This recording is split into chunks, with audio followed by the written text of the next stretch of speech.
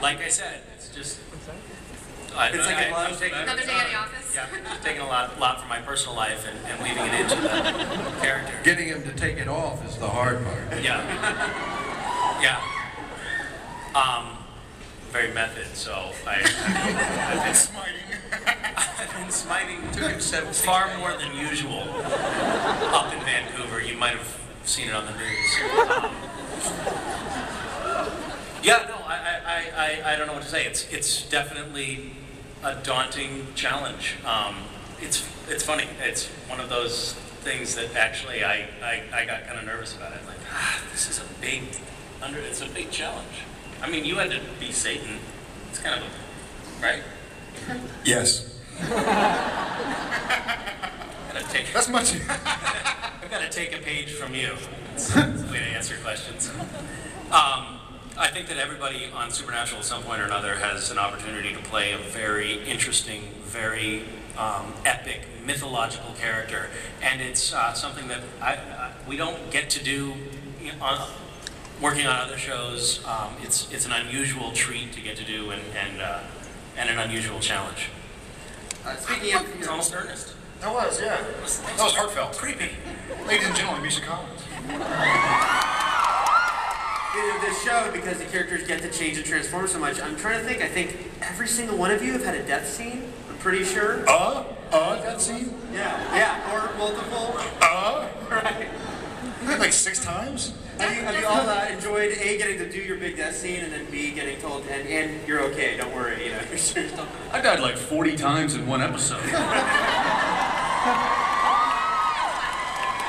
Oh no, I died again. Sera, do you make a lot of phone calls saying, don't worry, when you read that page of the script, you get better? Is that like a constant thing? We actually do make a lot of phone calls to actors, recurring actors on the show. You know, it's a polite and good thing to do as a producer, to call an actor when they're going to get pages that say they die. And one of the things we say is that death doesn't mean the same thing on Supernatural that it means on other shows. You know, like for example, Glee. The loaded call. Was that out loud?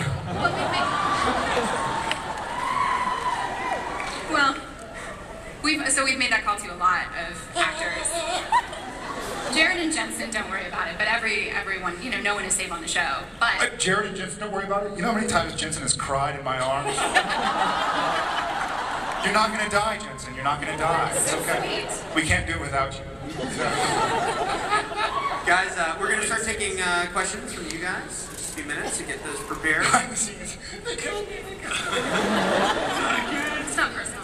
You know, the fans, it's you know, conflict is good drama, and then of course though some of the fans are like, why do Sam and Dean have to be fighting, you know, all the time? For you guys though, you know, is it fun for you? You know, you get along in real life to be like, all right now we're at odds. We get to hate each other for the day.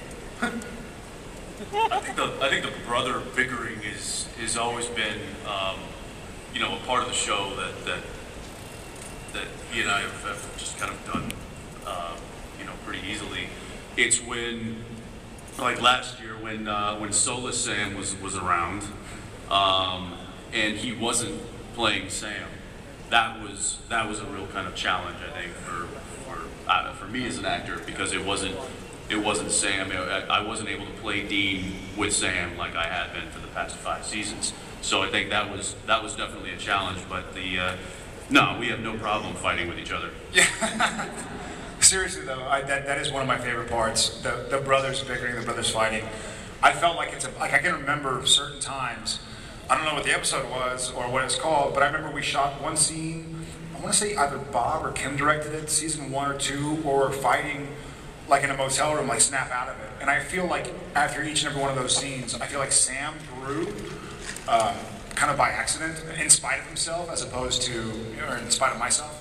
And so I enjoy those scenes because inevitably when you've worked with somebody for so long as an actor and know them so well as a human being, you're able to get more out of each other. You know, if a guest star comes on, no matter how talented they are, and they're often very talented, they can't quite pull out of you what somebody that you know. It's like you always hurt the ones you love, you know, like you always hurt them the most, and they always hurt you the most. The better you know somebody, the more you can push their buttons, and the more your buttons can be pushed. And so I feel like, as Jared, I feel like my character grows when I have these intense scenes with Jensen. And that was difficult for me too to do soulless, because there'd be parts where I was kind of just, I assumed dead-eyed. I don't know what I looked like, but I was trying to do dead eyes. Like.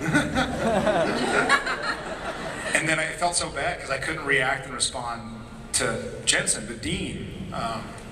But now we get to fight again.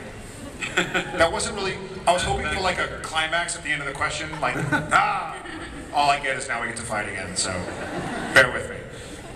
Jim, not that any of these characters are lucky in love, but you know, last season it was pretty sad when we got that glimpse of another life for your character. You know, do you ever say, you know, Always a bride, never a bridesmaid, something like that. Always a bride, never a bride. I think you, no, that's right. Yeah, that's right. Have you talked to Ben and Sera, these guys? And said, hey, can this guy finally find some long-term happiness? Didn't you kiss Mark? Yeah. Maybe the two of you, yeah. Did he shave? Were you clean shaven? We're not It was looking like forward to it was that. like a mustache fight? Balls. I've got a beard. You know, it comes up in discussion every once in a while.